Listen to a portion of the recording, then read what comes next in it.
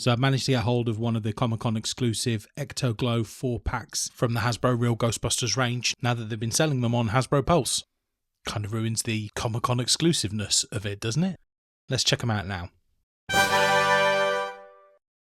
Hi all, Chris here, and today we're taking a look, as I said before, at the Ecto Glow 4-piece set from the Kenner Real Ghostbusters range. So these are Hasbro's re-releases of that original range from 1991, I believe. This was kind of in the last death throes of the Real Ghostbusters range as the popularity of these figures started to wane a little bit.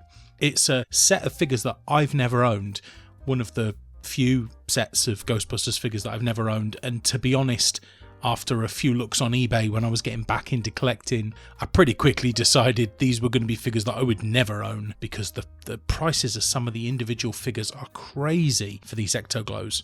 Originally, there was the set of 4 that you see here and a Lewis Tully, and we'll discuss these in a little more detail in a few minutes, but we're going to check out the box first. So as I said before, this is the San Diego Comic-Con 4-piece sort of exclusive multi-pack that was released supposedly as an exclusive at Comic-Con, with excess stock being sold on Hasbro Pulse's website, or I think that's how it was worded, but it does feel that there are a lot that have been sold through Hasbro Pulse.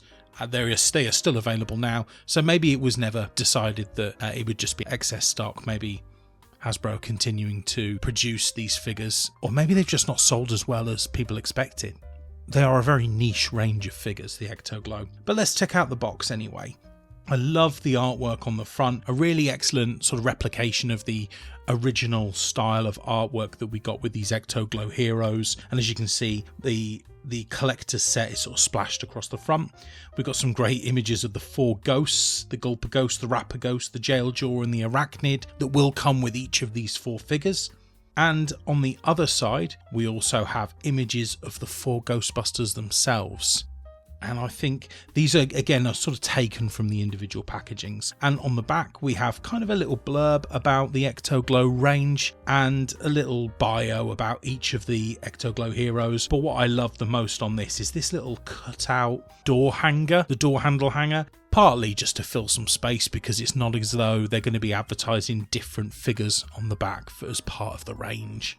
But I love the box. I think it's a nice collector's piece, especially if you're removing the figures from the card, and we'll take a look at the card. So this box then means that you've got some sort of packaging that you can keep even after you've ruined the card backs. I didn't realise when I first bought this that there were 4 individual card backs in here. God, these are gorgeous. Honestly, this is some of the nicest packaging that Hasbro have replicated from the Kenner range. Honestly, they feel perfect, they look glorious, and I'm gutted that I'm going to open them.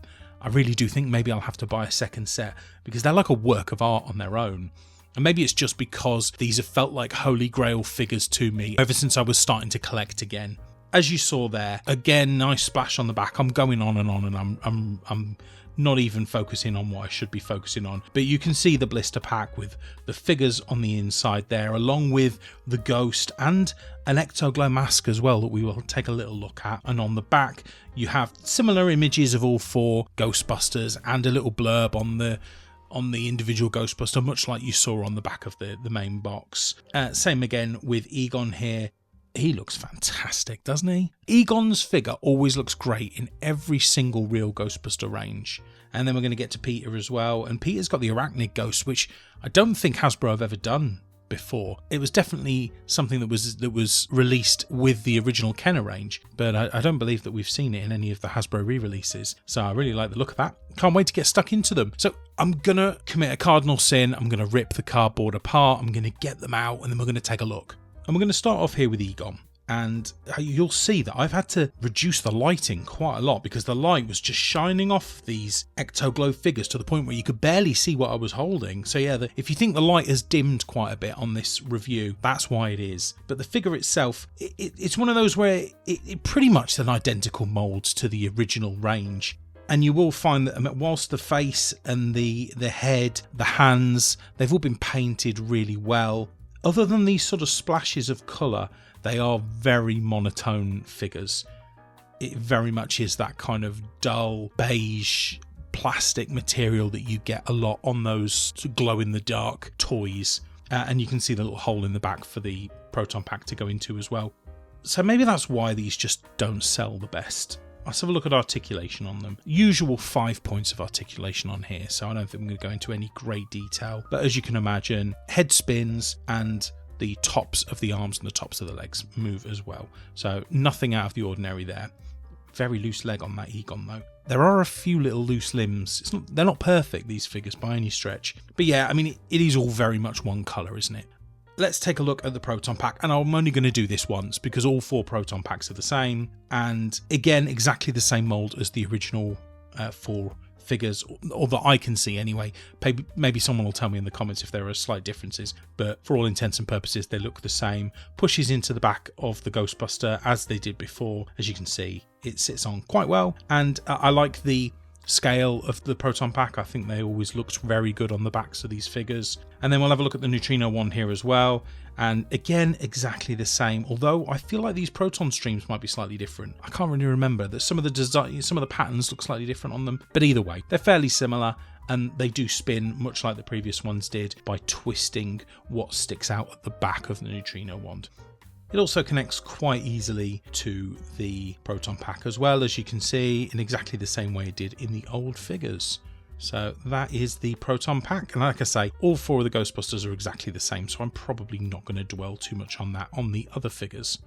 And we're going to take a look now at the Jailjaw Ghost, and you will recognise this ghost. We have seen him before. We've seen him with the Fright Features Ray. We've seen him multiple times, this Jailjaw. That's probably the most recent time we've seen this guy. Even with the, the monochrome look, it's nice that at least we've got some colour in the eyes. It's something where, if it had just been a single colour, it might have been even more disappointing than what we've got right now. And then we've also got these unusual masks as well. I can't quite work out whether they're meant to be some sort of, like spectral Ghostbuster, like we're seeing a version of the Ghostbusters from Citizen Ghost, but I think it's mainly just a mask. There were masks, if I remember, in the Slime Heroes range, so it's probably just that they realised they've got an extra accessory that they can put with these figures that they know fit, but perhaps it's an accessory that doesn't need a real explanation. They fit on very easily either way. And that's Egon. So what we'll do now is we'll take a quick look at Winston, and very similarly, it's quite a monotone colour scheme to it. The patterns are different on each of these. And I also find the fluorescent orange on Winston's really doesn't come across at all on camera.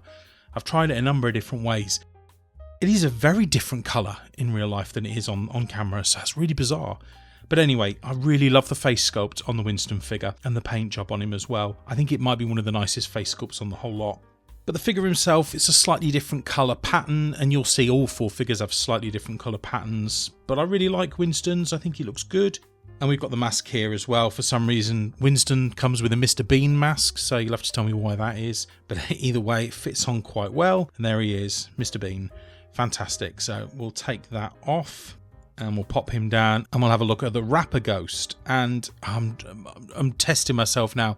Pretty sure this came with the Egon figure on the original range. Again, let me know in the comments if I'm wrong on that, but I think it was the Egon figure. Again, classic ghost design that we're used to with the real Ghostbusters figures. So in a way, I kind of really like that they're reusing the same ones, because I do have a soft spot for these designs.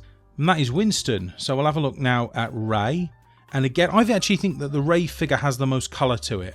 That pink that they've put on the top, that covers maybe a third of his torso. So that gives probably the most colour coverage out of any of them. So I do like that. And that Ray, that orange next to the Ray, does go all the way down one of his legs. So there's quite a bit of colour on the front. There's nothing on the back. And everything else just looks that same, I don't know, half-sucked Werther's original colour that these figures are. I don't know. Ray's face looks exactly the same as it does on the first wave. So no real concerns with Ray. He looks fine. Again, there's the mask there. I feel like that looks like Peter Venkman, so I don't really know. We'll put that on, and there he is. Maybe it does look like Mr. Bean again. Maybe they've just put 4 Mr. Bean masks in. I don't really know.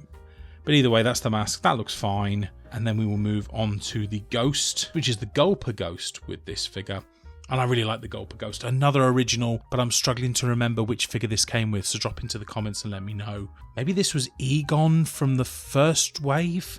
No, we just had Egon from the first wave. I'm losing track, sorry. But I love it because you can use, it looks like a finger puppet. So he's a great little ghost. I like he's got this real gnarly look to the front of him. I think that's really cool. So another great ghost figure. And that's right, so we'll move on now to Peter, last but not least. And he has a reasonable amount of colour on him, doesn't he? He's the only one that seems to have his name horizontally across his torso, so that feels a lot easier to read than some of the other figures that have got them, vertically down a leg or whatever. But yeah, I really like that. Again, the Peter face is exactly the same as the face in the first wave, although the green eyes are a little bit scary, and nice Ghostbusters badge there as well. And we will have a look at the mask, which kind of does actually look a little bit like Venkman, disappointingly, I think. I was hoping for something weirder, but again, that is the Peter mask, and it's got the hair down well, and it will just slot over the front as it has on all of the other figures. We don't need to see that again. Let's skip past that, and we will move on to the fourth and final ghost, the Arachnid Ghost. I think this is a really interesting ghost to put in here because I feel like it's got by far, it's got the rudest eyes out of all of them, but we won't dwell on that. It's got the most sculpted detail on it of any of the ghosts on here, I think. A load of sculpted detail on the tentacles on there. I don't really know what that hole is on the inside. As a kid, I'd have been obsessed with finding something to slot that onto. But yeah, I like the little spikes on his back as well, almost like a crest that goes across his back. Really like that. I remember having a green version of it, I think, almost like a translucent green version. But I don't think we've seen that before from Hasbro's versions of these figures.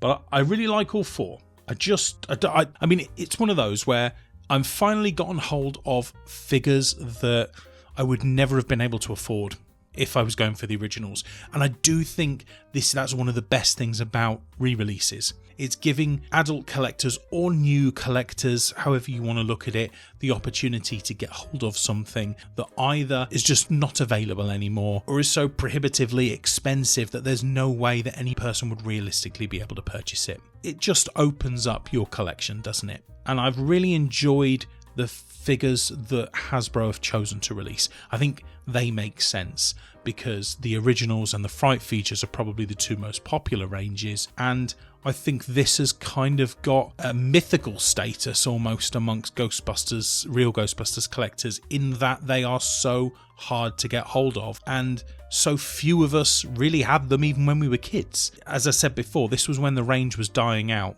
Not that, they didn't sell any, they did, but weren't as popular as the first couple of waves of figures. And that's why they're so expensive. When you look at $500, $600, $700 a figure, that's why, because there aren't that many of them. So I love that Hasbro have given us the opportunity to purchase these figures in particular. People trying to sell the originals might not like it, but I think it's great. And you might have seen that we've got an Ecto Glow Ecto 1. I don't know if I'm going to get that, but I've also seen at San Diego Comic-Con that we might be getting an Ecto Glow Lewis Tully. Look, I'm going to wrap it up because I'm waffling, but I really like the figures. I don't love them. I think they're fine. Let me know in the comments what you think of these. Are you going to get them? They're $80. They're still available. They are in the UK anyway. They're £81.99, £81.99 in the UK. They're still available on Hasbro Pulse's website. I would be surprised if they're not available elsewhere, but you let me know. And also, please pop a like on the video if you've enjoyed it. Hit that subscribe button if you've not already. Our community would love to have you here. And if you liked these Ghostbusters figures, why not check out my Fright Features review right now? Thanks so much for joining me today. Hope you all take care. Bye now.